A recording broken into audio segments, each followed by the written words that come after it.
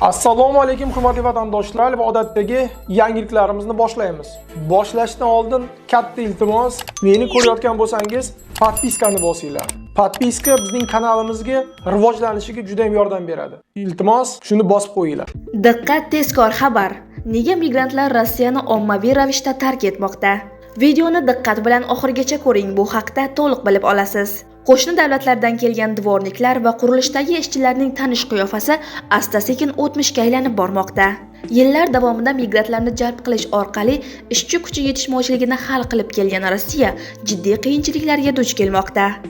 Xorijiy ishchilar oqimi tarixiy eng past darajaga tushdi.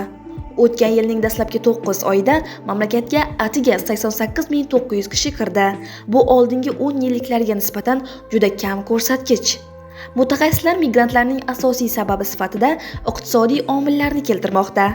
Rublning zaiflashishi va narxlarning keskin ko'tarilishi tufayli Rossiyada ish haqi jozibador bo'lmay qoldi. Shu bilan birga ishchi kuchining 87%ni tashkil etuvchi Markaziy Osiyo mamlakatlari O'zbekiston, Tojikiston va Qirg'iziston faol ravishda o'z zavod-fabrikalarini qurib, infratuzilmasini rivojlantirmoqda.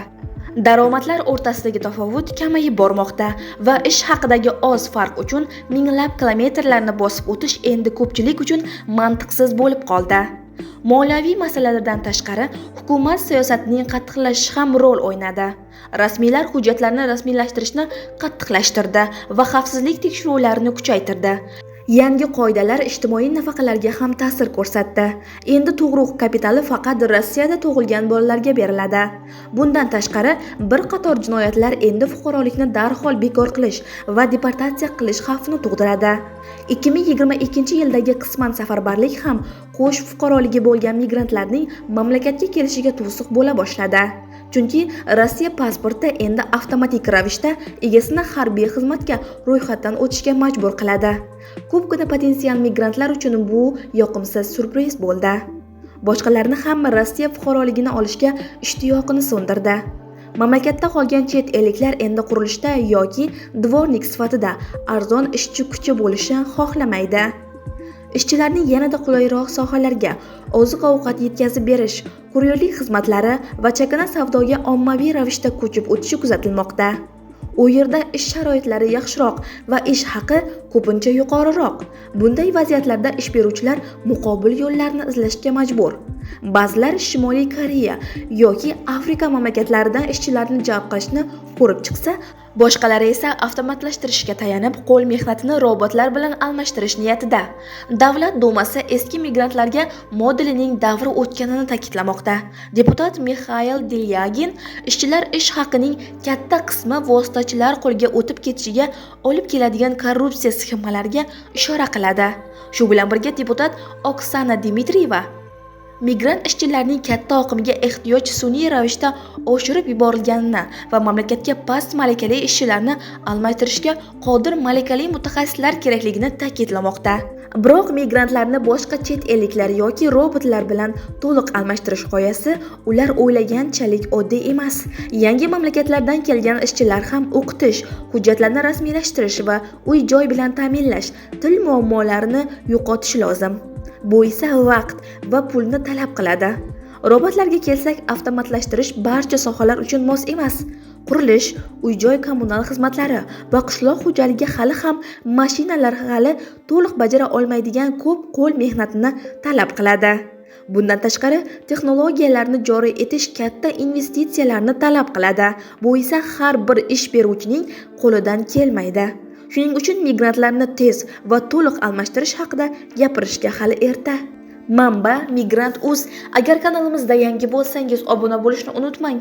Videolarimizni like bilan baholaysiz degan umiddamiz. O'zingiz va yaqinlaringizni ehtiyot qiling. Diqqat, tezkor xabar. O'zbekiston TIVda Rossiya elchisi bilan migratsiya masalalari muhokama qilindi. Videoni diqqat bilan oxirigacha ko'ring, bu haqda to'liq bilib olasiz. Tashqi ishlar vaziri o'rinbosari Olimjon Abullayev Rossiyaning O'zbekistondagi elchisi Aleksey Erxov bilan bo'lib o'tgan uchrashuvda mehnat migratsiyalarining qonuniy manfaatlarini himoya qilish, tekshiruv va reydlar davomida ularning huquqlarini poymol qilish va kamsitishga yo'l qo'ymaslik prinsipial ahamiyatga ega ekanini ta'kidlandi. Tomonlar migratsiya jarayonlarini tartibga solish, qonuniy mehnat faoliyati uchun qulay shart-sharoitlar yaratish hamda ikki tomonlama konsullik maslahatlashuvlarini doimiy ravishda o'tkazib borishga kelishib olishdi. Manba Migrant Mobil. Agar kanalimizda yangi bo'lsangiz, obuna bo'lishni unutmang. Videolarimizni like bilan baholaysiz degan umiddamiz. Diqqat, tezkor xabar. Rossiya arzonroq ishchi kuchini qidirmoqda. Videoni diqqat bilan oxirigacha ko'ring, bu haqda to'liq bilib olasiz. Rossiyada tobora ko'proq ish beruvchilar MDHdan kelgan an'anaviy migrant ishchi kuchidan voz kechib, Janubiy va Janubi-sharqiy Osiyodan ishchilarni yollashni boshlamoqda. Bular qatoriga Hindiston, Bangladesh va Xitoy fuqarolari kiradi. Bu o'zgarishning asosiy sababi puldir. Mutaxassislarning ta'kidlashicha, O'zbekiston, Tojikiston va Qirg'izistondan kelgan migrantlar so'nggi yillarda yuqori maosh talab qila boshlagan. Ular tobora ko'proq oyiga $1000 va undan yuqori daromad so'rashmoqda. Ko'pgina kompaniyalar, ayniqsa qurilish, logistika, qishloq xo'jaligi va tozalash sohalarida bunday xarajatlar juda katta bo'lib bormoqda. Shu bilan birga Osiyo mamlakatlaridan kelgan ishchilar kamroq, taxminan oyiga $700-800 ga ishlashga tayyor. Bu biznes uchun sezilarli tejashni anglatadi. Shuning uchun ish beruvchilar tobora ko'proq Osiyoga qarab, xarajatlarni kamaytirish va foydani saqlab qolishga harakat qilmoqda. Biroq bir ishchini boshqasi bilan almashtirish ham yangi muammolarni keltirib chiqaradi. Osiyodan kelgan ko'plab ishchilar rus tilini kam biladi yoki umuman bilmaydi. Bu esa ish beruvchilarni tarjimonlar va o'qishga vaqt hamda pul sarflashga majbur qiladi. Hujjatlarni rasmiylashtirish, uy-joy bilan ta'minlash va kundalik hayotni tashkil qilishda qiyinchiliklar paydo bo'ladi. Bundan tashqari, bu ishchilarning ishga, intizomga va xavfsizlikka yondoshuvi odatiy yondashuvdan farq qilishi mumkin. Mutaxassislarning fikricha, bu odatiy bozor reaksiyasi. Ishchi kuchi narxi oshganda biznes arzonroq muqobilini qidiradi. Ularning fikricha, kelgusi yillarda kompaniyalar tobora ko'proq aralash jamoalarni tashkil qiladi va turli mamlakatlardan kelgan migrantlarni ish bilan ta'minlaydi. Migrantlar uchun bu raqobatning kuchayishini anglatadi. Ish o'rinlari kamayib bormoqda va talablar qattiqlashmoqda. Ish beruvchilar tobora pastroq ish haqiga ishlovchi va yangi sharoitlarga tezroq moslashishga tayyor bo'lganlarni tanlamoqda. Manba Migrant.uz. Agar kanalimizda yangi bo'lsangiz, obuna bo'lishni unutmang. Videolarimizni like bilan baholaysiz degan umiddamiz.